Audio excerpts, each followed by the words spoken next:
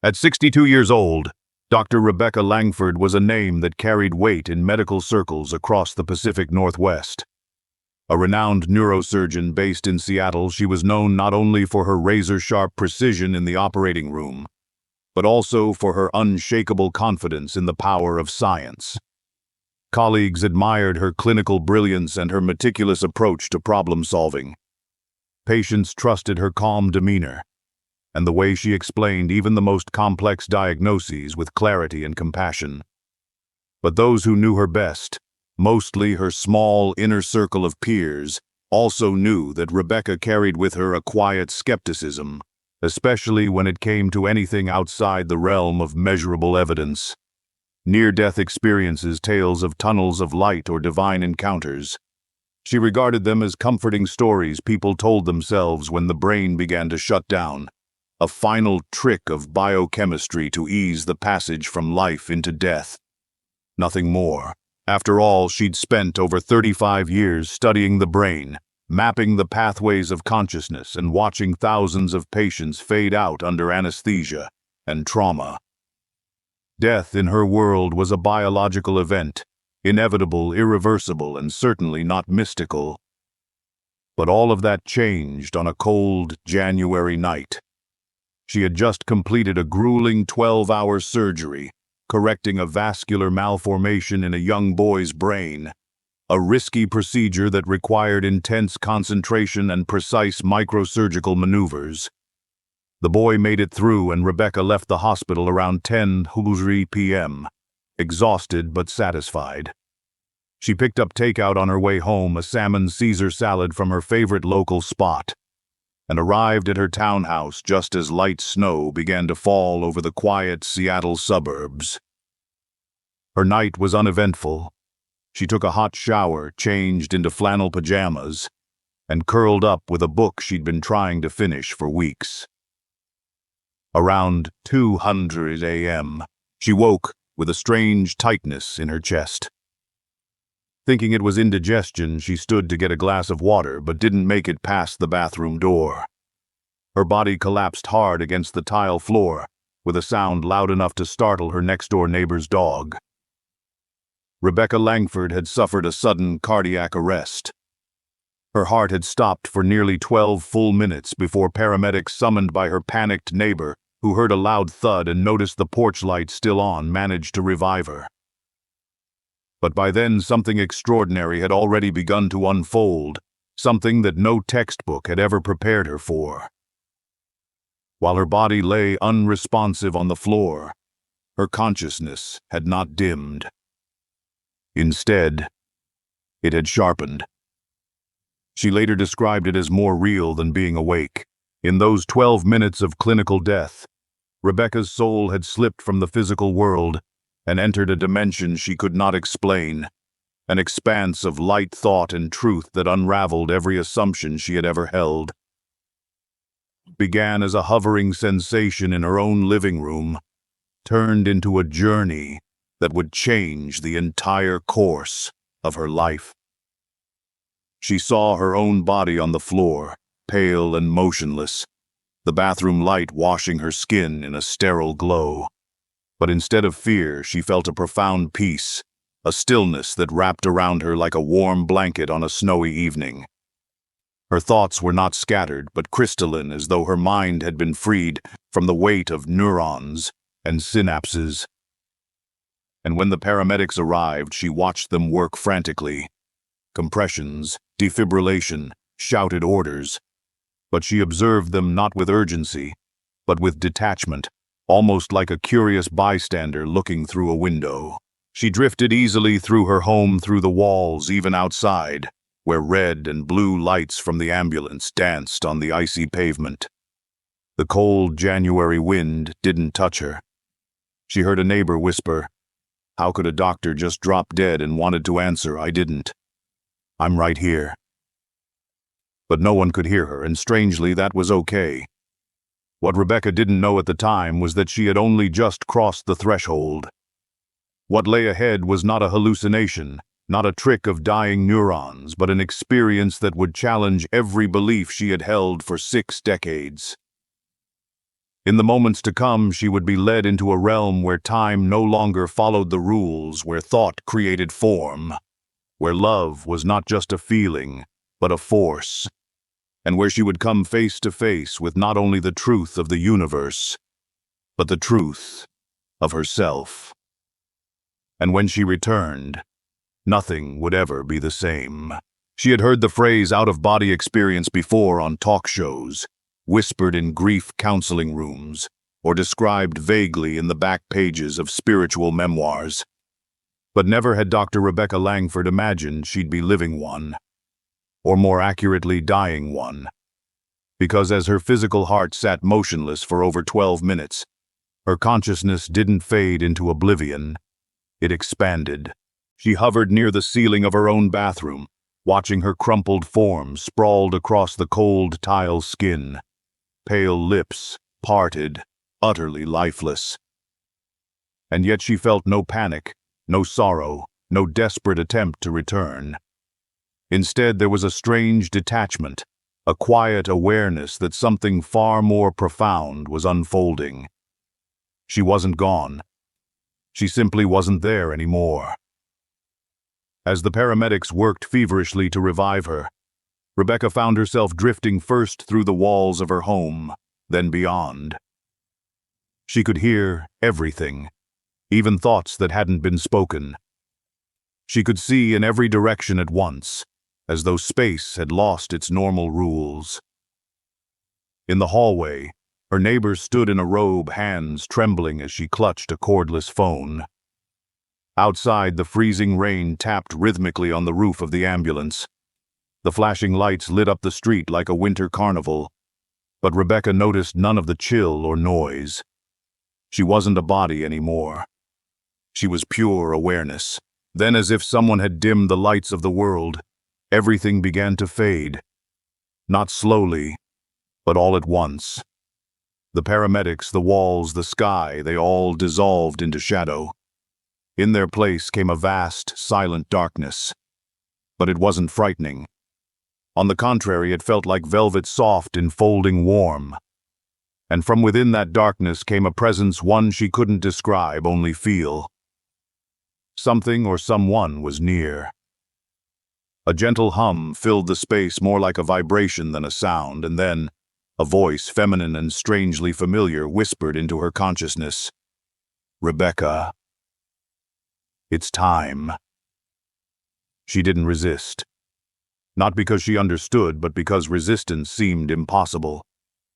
Her entire being leaned into the voice as the darkness pulled back like a curtain, revealing something that took her breath away, if she had breath to take.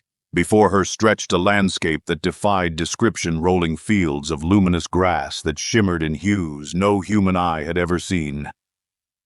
Skies painted in living gold and indigo, and flowers that blinked like stars in response to her presence. Everything around her felt alive, not just biologically, but spiritually. Even the breeze carried with it a kind of intelligence, a warm whisper of welcome. She stepped forward, or rather glided, since there was no true weight to her movement. And with each step, the ground shifted softly beneath her, as if acknowledging her arrival. Then she saw her. A woman stood in the field ahead, no more than 10 feet away. She radiated a gentle glow, her hair a cascade of silver light, her eyes deep as the cosmos. She wasn't young nor old, but eternal. Rebecca didn't need an introduction.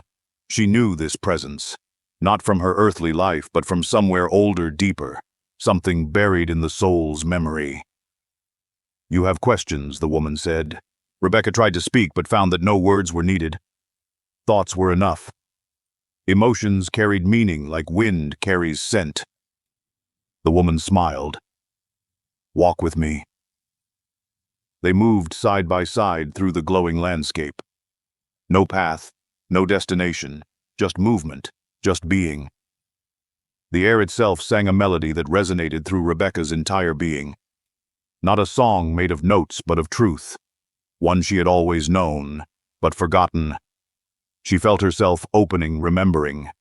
The skepticism, the credentials, the medical journals, they all fell away like autumn leaves. None of that mattered here. As they walked, the scenery changed, not slowly, but instantly, fluidly. A shift in thought brought her to the edge of a crystalline lake that reflected not just light, but intention. Then to a vast valley where orbs of energy hovered in synchronized motion, pulsing with knowledge. Rebecca was beginning to understand this place was not bound by time or matter.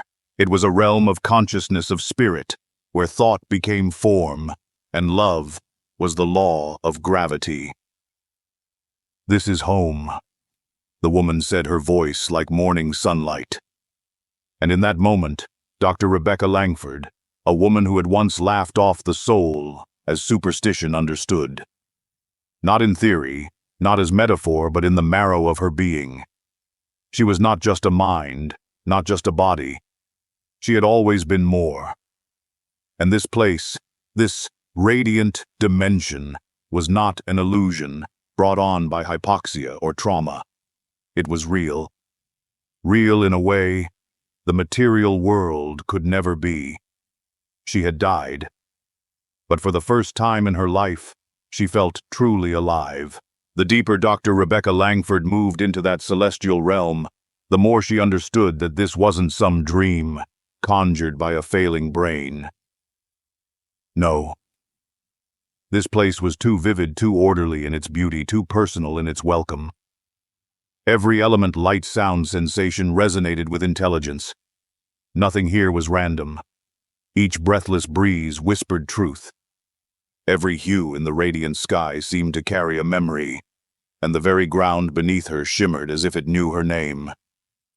For a woman who had spent 4 decades surrounded by beeping monitors, sterile gloves, and charts covered in scientific data, this world didn't just rewrite her understanding of life. It exposed how narrow that understanding had always been. The woman who walked beside her, a guide of sorts, glowing in soft, shifting light, spoke not in long explanations, but in invitations. "See," she would say, and suddenly Rebecca would find herself standing at the edge of a gleaming river made of golden light, the water not flowing but pulsing, alive, vibrant. "Remember," she would whisper, and a sensation would bloom inside Rebecca's chest. Not memory from her brain, but remembrance from something deeper. She was not discovering this realm. She was returning to it. Like a song long forgotten, suddenly coming back in perfect tune. Then came the moment she could never fully describe to another soul, the moment she stood before a great structure that seemed carved out of light itself. It wasn't a building in the traditional sense. It breathed, shifted, responded to her presence like it was alive. Inside, the air was charged with meaning, humming with awareness. She felt it before she saw it, a pedestal rising slowly before her, and atop it a small, radiant box, no bigger than a loaf of bread, yet pulsing with a gravity that nearly buckled her knees. "This contains you," her guide said. Rebecca didn't need to ask what that meant. She knew. That small, glowing vessel held her entire life, every word, every thought, every action, every moment of silence, of kindness, of cruelty, remembered or forgotten. The truth of who she had been was about to be laid bare, and there was no one to perform, for no jury to persuade. The only one who would bear witness was her own soul. With trembling hands, though they weren't really hands anymore, Rebecca reached out and opened the box. The hall disappeared in an instant. She was 6 again, standing barefoot in the garden behind her childhood home, pressing her palms into the soil as her mother gently guided her in planting a sapling. She felt the warmth of the sun, the roughness of the bark, the pride in her chest. It wasn't a memory. It was the moment itself, lived again. Then another. She was 12, lying to a friend to avoid embarrassment, and feeling the sting of that lie not only as herself, but as the friend who had trusted her. She was 22, comforting a dying patient in a hospital bed, holding his hand until the last breath. She was 38, snapping at a nurse in frustration, and watching the nurse's heart sink, not from her own perspective, but from the nurse's. Each moment was presented as an orb of light, and as she touched them, she re-entered them sometimes as herself, sometimes as the people she had affected. The good, the bad, the forgotten. It was not judgment, but immersion. Not punishment, but understanding. Her life unfolded not as a series of isolated events, but as a web-one life touching many, each ripple stretching far beyond the moment. Time did not exist here. Whether hours passed or years, she couldn't say. But when the final orb dissolved and she stood again in the great hall, Rebecca was no longer the same. The woman who had once worn a white coat with pride and signed her name with letters trailing her title, M.D., Ph.D., now understood that her true identity had nothing to do with achievements, awards, or surgical skill. It had everything to do with how she had loved. She turned to find her guide once again standing beside her, her expression gentle but solemn. "You see now." Rebecca nodded slowly, humbled. "I see. Everything." The guide smiled. "There is more." Before she could respond, the light of the hall faded, and Rebecca found herself surrounded by a different kind of radiance, an open space of pure white, endless and soft. From the distance, a figure approached, an older woman with long silver hair dressed in flowing garments of gray and ivory. Her eyes were deep brown, kind and strikingly familiar. "Rebecca," she said, her voice laced with something ancient and maternal. She introduced herself as Elise, Rebecca's great-grandmother, who had died long before Rebecca was born. And yet here there was instant recognition. Elise's presence wasn't just familial, it was purposeful. "You cannot stay," she said gently. "Your work is not finished." Rebecca felt resistance rise in her chest. She had never known peace like this, connection like this. Why return to a world filled with sorrow, confusion, and pain? But Elise placed her hand on Rebecca's heart. No words needed. A torrent of truth passed between them. Rebecca saw flashes of the future, a global crisis, a medical system on the verge of collapse, a generation searching for meaning. And in the center of it herself, older, wiser, standing before others, speaking not as a doctor of the brain, but a doctor of the soul. She had been chosen not to escape death, but to understand life and to help others remember what they'd forgotten. Doctor. Rebecca Langford had thought she'd seen everything. Neurological anomalies, split brain patients' strokes that turned musicians into mathematicians. But none of that prepared her for the moment she stood in the presence of her long-departed great-grandmother Elise, cloaked in radiance and calm authority. Elise's eyes weren't just warm. They held galaxies. They weren't just familiar. They reflected everything Rebecca had ever longed to understand about her own identity, her own legacy. And now, face to face in a place outside of time, Elise had told her something that sent tremors through her spirit. "You cannot stay. There is work yet to do." Those words, though gentle, landed with the force of a command. Rebecca's first instinct was to protest. Why go back to the chaos, the bureaucracy, the grief of the ICU? To a world where people bickered over hospital policies while souls cried for something deeper. She had found peace here, a peace that was not just absence of pain, but the presence of something profoundly alive. And yet Elise's hand over her heart had transmitted more than words. It delivered a torrent of knowing. It wasn't just about her comfort. It was about her calling. She was shown a vision. It did not come in images, but in waves, rippling knowledge that pierced her like lightning, but settled in her soul like dew. She saw a future not yet written, but already in motion. A shift, a shaking, a collapse of trust in medicine. She saw waiting rooms filled with fear, not hope. She saw machines diagnosing without empathy, algorithms replacing bedside care. But in the midst of this, she saw herself older, grayer, standing before a crowd not in scrubs, but in ordinary clothes. She was teaching not anatomy, but awareness, the anatomy of the soul. "You will be a bridge," Elise had said, "between what is seen and what is unseen, between what is measured and what is meant." And just like that, the vision faded. But the mission had taken root. Rebecca turned toward Elise, trying to plead for more time here, more answers. But her guide had returned, the luminous woman who had first greeted her in the fields of light. Together, the three of them began moving through a corridor not made of walls but of memory and resonance. The path shimmered with impressions, her childhood home in Oregon, the smell of cinnamon rolls on Christmas morning, the first time she held a surgical instrument in med school, the moment she signed her first "Do Not Resuscitate" order.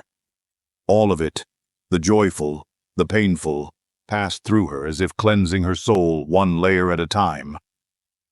Finally, they arrived at a threshold, a place where presence met decision. There was no door, no gate, just a shift in air, a soft pressure. And Rebecca knew this was where souls chose to return or remain. Elise stepped forward one last time and took her hands. "You will not remember everything right away," she said gently, "but it will awaken when it is time. You will know what to say, what to do. You were chosen, not because you were perfect, but because you were willing." Then with one final look, a look that said, "I love you, and you are ready." Without uttering a word, Elise faded into light. What came next was not gentle. Rebecca felt herself being pulled backward as if a divine cord had been yanked from deep within her core. The peace shattered like glass against stone. The music of the air was replaced by a high-pitched ring. The warmth became heat. The light turned harsh. Her soul, which had floated effortlessly just moments ago, was now crashing through layers of resistance until, with a jolt, she slammed back into her body like a tidal wave hitting a dry coast. Pain, heavy, earthy, blunt pain exploded in her chest. Her ribs screamed with every inhale, her throat raw from the breathing tube. Her limbs trembled, her vision blurred. She was surrounded by hospital fluorescence, beeping machines, latex hands. A nurse leaned over her, eyes wide. "She's back. We got her," someone whispered. Tears pooled in Rebecca's eyes, not from fear but from grief. Grief for the place she had left behind. Grief for the distance between heaven and earth. But in the days that followed, as her body recovered, something extraordinary began to unfold. She heard things differently. She could anticipate emotions before they were spoken. A grieving daughter didn't have to say a word. Rebecca could feel the ache in her chest, the hollow in her stomach. She comforted patients with a presence they couldn't explain but clung to. One whispered, "You feel like my mother," though the two had never met before. Another burst into tears when Rebecca simply took her hand, saying, "I haven't felt this safe in years." And then came the dreams. They weren't dreams in the ordinary sense. They were messages, symbols. Sometimes people she didn't know yet somehow recognized came to her in the night and spoke in riddles that made no sense at the time, but unraveled with startling clarity days later.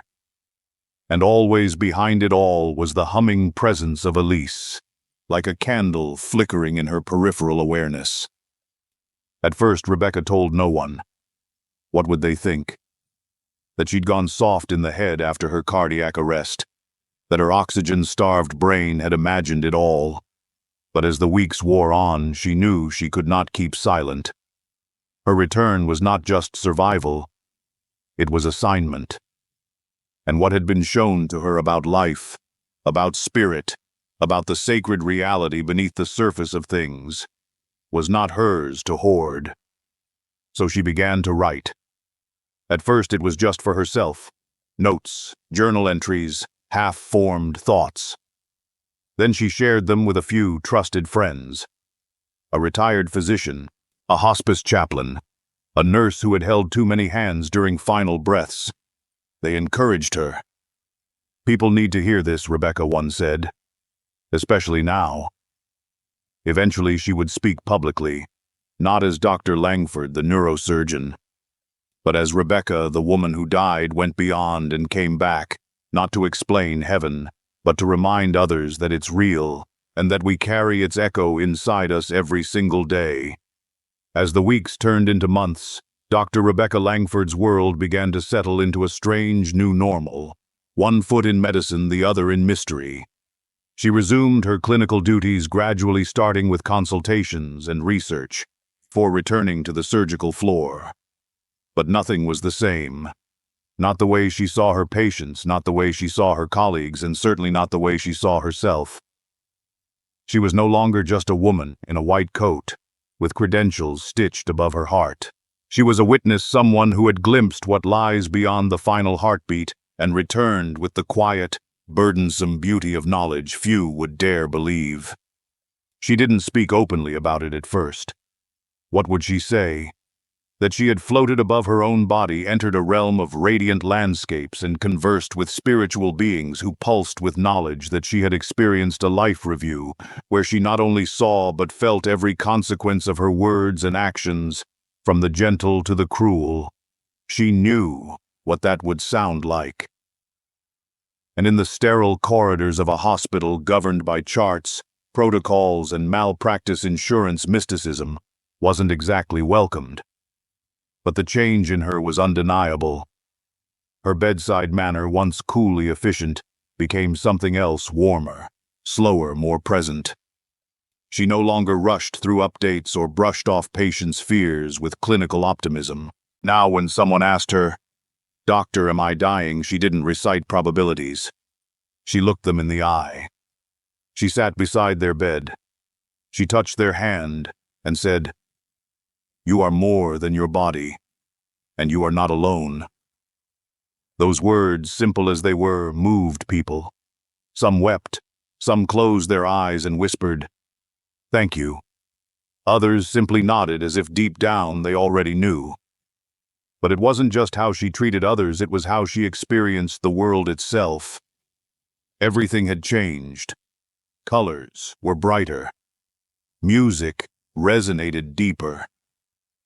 She found herself crying at things she once brushed off: an elderly couple holding hands at the grocery store, the sound of a child's laugh echoing in a public park, the trembling voice of a war veteran telling his story at the VA hospital. Even nature felt different. The wind, the rain, the stars. Everything pulsed with life. It was as if the veil between heaven and earth had thinned, and she could now see both sides at once. And with that new awareness came something unexpected, a calling.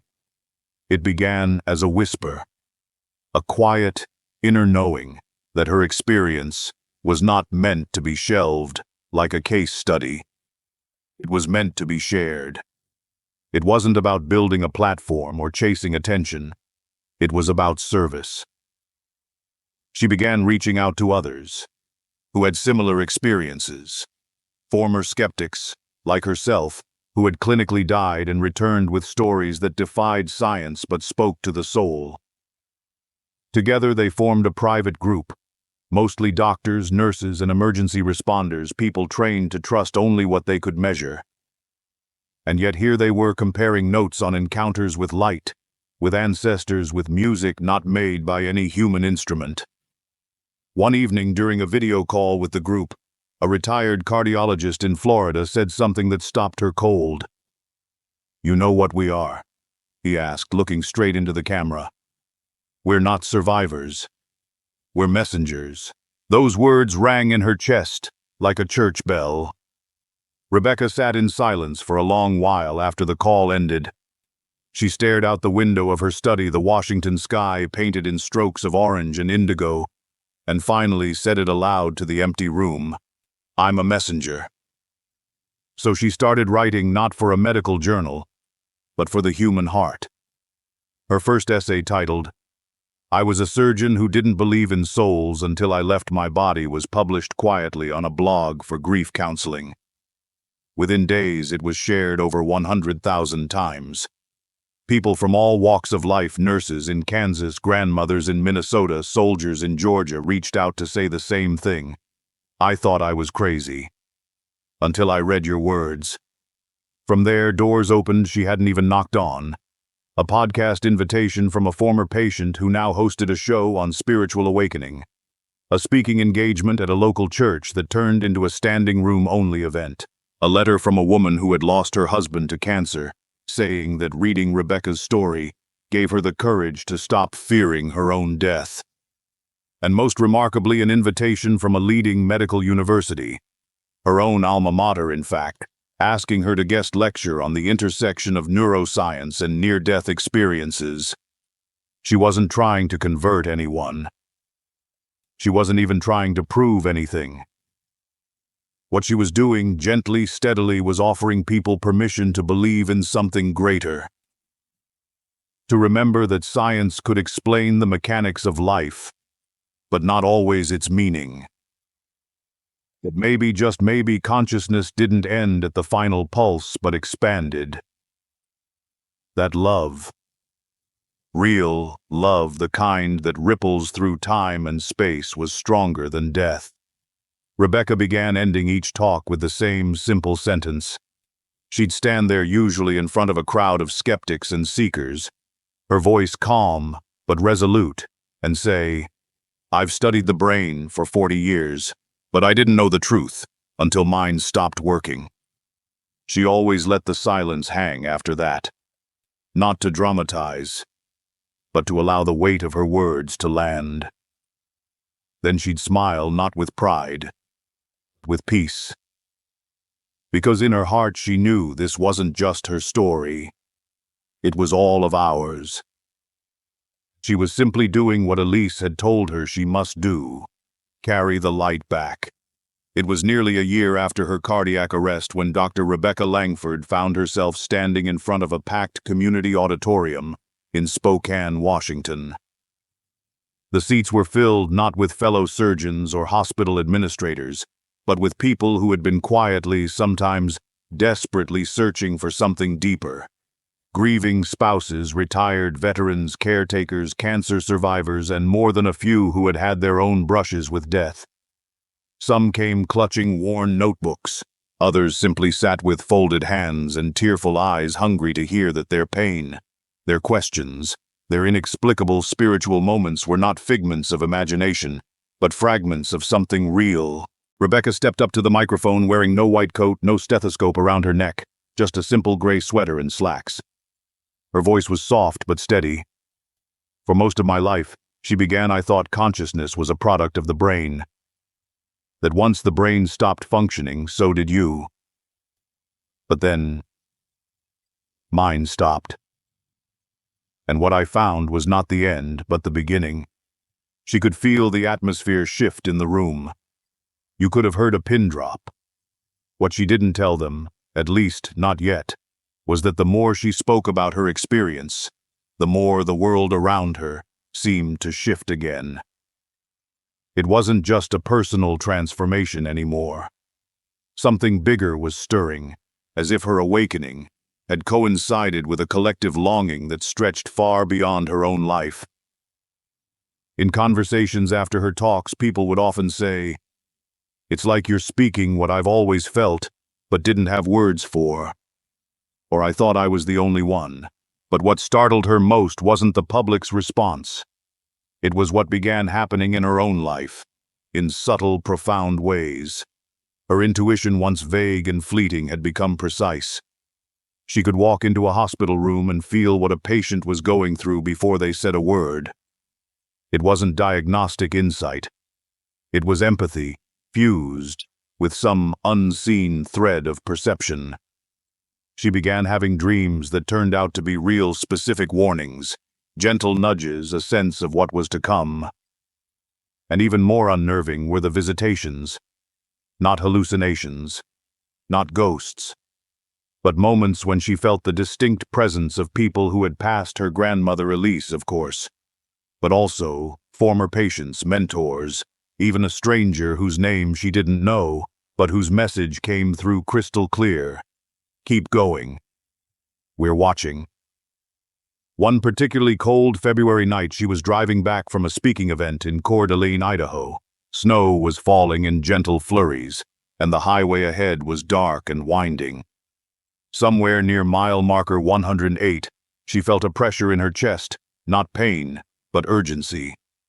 Then, without warning, she saw an image flash before her eyes, a young woman in a red coat standing on the shoulder of the road ahead, her hands waving frantically. Rebecca slowed immediately. Moments later, she rounded the bend, and there she was, a real woman, not a vision, stranded beside a broken-down sedan, shivering in the wind. Her phone had died. No cars had stopped. She was terrified. Rebecca pulled over, gave her a coat from the back seat, and called for help. As the two of them sat in the car waiting for the tow truck, the young woman broke down, crying. "I prayed for someone to come," she whispered. "I didn't think anyone would." Rebecca didn't mention the vision. She didn't need to. She simply said, "You weren't alone." That moment stayed with her, not because of the rescue, but because it confirmed something she had come to believe wholeheartedly. We are guided. Not all the time. Not in ways that can be easily measured or proven. But there is a thread, a divine thread that weaves through our lives, pulling us gently toward moments of meaning, purpose, and connection. And once you become aware of it, you begin to see it everywhere. That realization led her to a new kind of healing, one that had little to do with scalpels or sutures and everything to do with presence. She began mentoring young doctors and nurses, not just in surgical techniques, but in listening. Really, listening. She encouraged them to look into the eyes of patients, to see the person beyond the diagnosis, to ask questions that had nothing to do with vitals. The heart, she told one group of medical residents, is more than a pump. And healing is more than fixing. Some hospitals weren't ready for this version of Dr. Langford. She was too unconventional, too spiritual. She declined offers to write textbooks. She turned down an Ivy League lecture tour. Instead, she focused on quiet work, hosting grief support groups at the local library, helping families navigate hospice care, and training chaplains to recognize the signs of spiritual awakening in trauma survivors. She didn't need to be famous. She needed to be faithful. One afternoon, while sitting on the back porch of her small home outside Spokane, sipping a cup of chamomile tea, Rebecca received a letter. It was from a woman in her late 60s whose husband had died unexpectedly of a stroke. "Your story saved my faith," the woman wrote. "I thought God had abandoned me.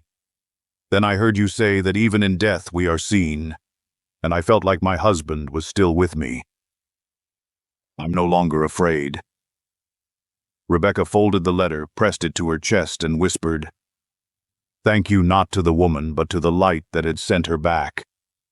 She wasn't just teaching anymore. She was living her message. Each conversation, each soul she encountered became a sacred appointment. She had once died for 12 minutes, but now every minute felt more alive than anything she'd known before. There was a quiet rhythm to Dr. Rebecca Langford's life now, an unspoken harmony between the world of science and the invisible realm she could no longer ignore. The woman who had once dismissed spirituality as sentiment now carried within her a reverence for the unseen, the eternal, and the sacred. Her days were no longer dictated solely by operating schedules or hospital rounds, but by a sense of divine timing. She might spend a morning counseling a grieving husband in the ICU waiting room, then drive home and spend the afternoon writing about near-death experiences, sipping black coffee as sunlight filtered through the curtains of her modest Spokane kitchen. Life had become simpler but infinitely richer. It wasn't that she had abandoned medicine. Far from it. She still consulted, still mentored, still gave lectures at regional conferences. But now, instead of beginning her talks with citations and clinical slides, she began them with stories, real stories. Stories of light and silence and spirit. She spoke about the city not made of stone, the river of golden light, the living orbs of memory, and her great-grandmother Elise, who appeared not as a vision, but as a messenger of love and purpose. She talked about being shown her own life, not with condemnation, but clarity, and how she now believed that every act of kindness, every careless word, every overlooked gesture leaves a spiritual imprint far deeper than we ever imagine. And people, especially older Americans, listened. They came in wheelchairs and walkers wearing hearing aids and baseball caps from wars fought decades ago.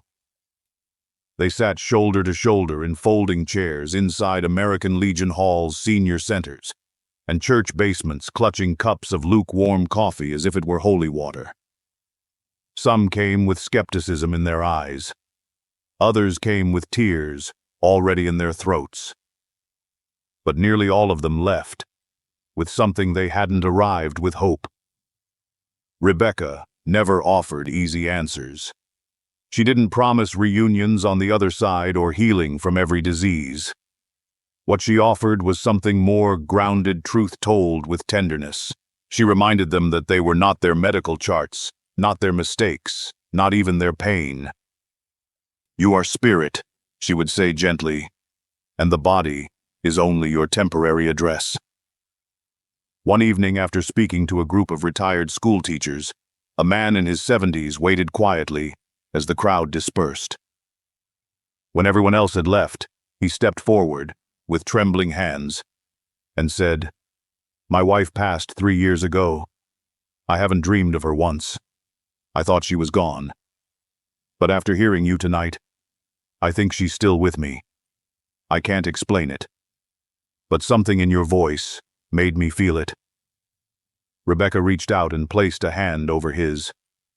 "She's closer than you think," she said softly. Moments like that happened more often now.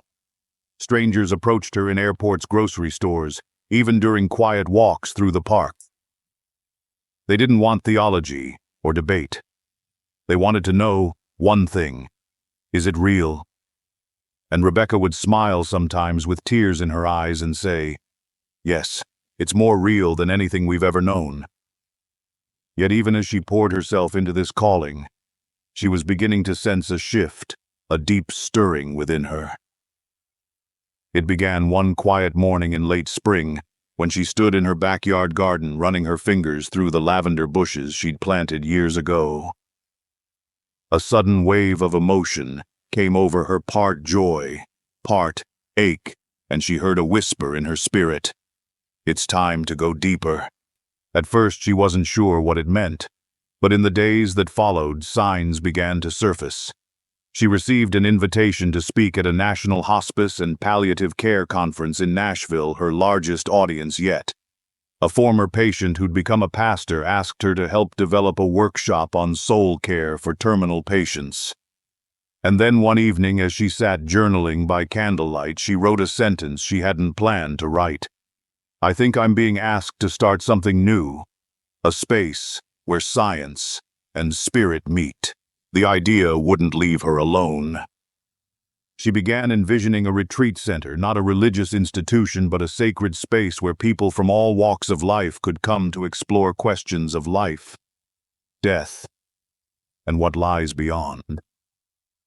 A place where doctors could sit with chaplains, where atheists could listen to mystics, where veterans could share stories of battlefield visions, and where the grieving could be comforted not just with sympathy, but with soul-deep presence. She would call it the Threshold, a name that had come to her in one of her early visions. It represented that sacred space between two worlds, the earthly and the eternal, the physical and the spiritual, the known and the unknowable. Her friends thought it was bold. Some called it risky. A few warned her it might alienate her former colleagues. But Rebecca wasn't afraid. She had already crossed the greatest threshold of all and come back. Everything since then had been a gift, a second life, to be spent not building walls, but opening doors. As planning began, finding land, gathering support, drafting a mission statement, Rebecca felt more alive than ever. Her work was no longer about reviving bodies. It was about reviving souls. And she knew deep down that this center, this calling, wasn't just the next chapter of her life. It was the reason she came back. The sun was just beginning to set over the pine-lined hills of eastern Washington, when Dr. Rebecca Langford stood in the middle of a gravel path that curved toward the entrance of a newly built cedar lodge. Her hands were tucked into the pockets of a faded denim jacket, the same one she'd worn during long hospital shifts in years past, but now softened by time and memory. In front of her stretched the fruits of a calling that had taken root the day her heart stopped beating. The threshold center for soul and science, a place where the weary could rest, the searching could ask questions without shame, and where the silence between breaths was honored as holy. It had taken almost 2 years to get here. Permits funding resistance from skeptical institutions. It hadn't been easy, but it was never supposed to be. As she once said in a talk to a group of chaplains, anything built on eternal purpose has to pass through earthly struggle, and pass through it. She had each setback only deepening her resolve, each delay drawing new people into her path, who were meant to be part of the journey. Therapists, doctors, former hospice workers, spiritual directors, and ordinary people with extraordinary stories, all found their way to her with quiet gratitude, often saying the same phrase, "I've been waiting for something like this." The center sat on 10 acres of forested land just outside of Spokane, close enough for accessibility but far enough to preserve the quiet. There were walking trails, a glass-walled meditation room, a small pond fed by a natural spring, and a central gathering space filled with handmade furniture, soft lighting, and a fire that crackled even in summer. No one here wore titles. There were no lectures, just shared circles, story sessions, reflections, and room for questions that didn't demand answers. People came as they were, some grieving, some curious, some quietly unraveling beneath the weight of life, and left with something they couldn't always explain, only feel. Rebecca had built the center not as a guru or figurehead, but as a guidepost. "I'm not here to lead you," she would say. "I'm just here to walk beside you because I've been there too." And that simple humility resonated. Her story had already reached thousands through articles, interviews, and word of mouth, but it was here in the stillness of this sacred space that her mission came fully alive. Not in fame, but in fellowship. Not in teaching, but in listening. One autumn morning, an elderly man named Harold arrived, shoulders slumped, holding a folded photograph of his late wife. He said almost nothing for the first 2 days. Then during a fire-lit circle one evening, he began to speak. "I didn't come here for peace," he said, his voice hoarse. "I came here for proof." The room fell silent. Rebecca leaned forward gently and said, "What if they're the same thing?" Harold didn't reply. But the next morning he walked the trail to the edge of the pond and cried for the first time in 3 years. Later he told Rebecca, "I didn't see her, but I felt her." And that was enough.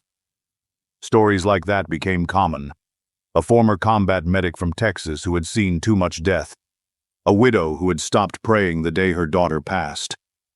A retired scientist who couldn't explain what he saw during surgery, but never dared say aloud. Here they were welcomed, not analyzed, not fixed, just witnessed. And in that witnessing something sacred happened, healing not of the body, but of the soul. And still amidst all of it, Rebecca remained a student of her own experience. The visions she had received in those 12 minutes of clinical death continued to unfold in layers. Some dreams carried messages that shaped new programs at the center, like the Crossroads Circle for those nearing end of life, or the Interfaith Roundtable that brought Christians, Jews, Muslims, Buddhists, and seekers together to discuss the common language of light, peace, and eternity. Death, she often said, isn't a wall, it's a door, and love is what opens it. At night, she would sometimes sit outside on the porch, wrapped in a wool blanket, watching the stars burn silently above the treetops. And when the wind stirred the trees just right, she'd feel her great-grandmother Elise nearby, not as a memory, but as presence. She no longer needed to ask, was it real? She knew. And the peace that followed wasn't born from proof, but from participation in something far greater than herself. And then, one ordinary afternoon in late spring, a young woman arrived at the center. She couldn't have been more than 25. She wore jeans, a hoodie, and a nervous look on her face. When Rebecca welcomed her at the door, the woman hesitated, then whispered, "I'm not even sure why I'm here." Rebecca smiled gently. "I wasn't either," she said. "Until I was." As they walked side by side toward the gardens, Rebecca felt something stir deep in her chest, a knowing, familiar, and full. The cycle had turned. What she had received, she was now passing on. Not just knowledge, not even wisdom, but presence, truth, and love. She didn't need visions anymore. She was the vision now, living and breathing, planted in the soil of eternity, but blooming in the world. She had died, and lived again. But more than that, she had helped others remember what death had taught her, that we are never alone, never forgotten, and always, always part of something far more beautiful than we could ever imagine. Dr. Rebecca Langford's story is not simply one of survival. It's one of awakening. A renowned neurosurgeon who once believed consciousness ended with the brain, she faced 12 minutes of clinical death only to find herself more alive than ever before.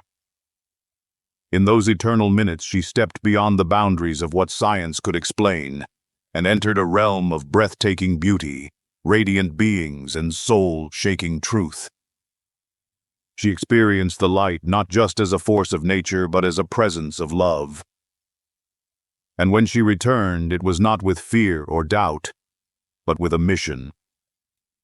Over time, her story became a living bridge between two worlds, the clinical and the spiritual, the intellectual and the eternal. She transformed hospital rooms into spaces of reverence, taught young doctors how to heal not just the body, but the heart, and reassured the grieving that death is not an ending, but a doorway. From scientific halls to soul circles, Rebecca carried the same message. We are more than our minds. We are more than this moment. We are known, loved, and never truly alone. But perhaps her greatest gift wasn't what she remembered from the other side. It was what she chose to do with it here. She didn't retreat into mysticism or abandon her past. She integrated, bringing back what was sacred into what was ordinary until the ordinary itself became sacred. Whether it was holding the hand of a dying stranger or creating a space where skeptics and seekers could sit side by side, Rebecca's life became proof that resurrection isn't always about coming back from death. It's about how you live afterward. In a world often defined by fear, distraction, and disconnection, her story invites us to pause, to breathe, to ask deeper questions. What if the heart holds more than emotion?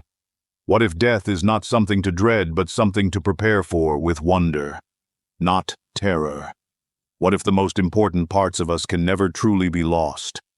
To those in the twilight of life who've buried loved ones, who've watched years pass like falling leaves, who feel the weight of questions no one dares to answer, Rebecca's journey offers a sacred reassurance.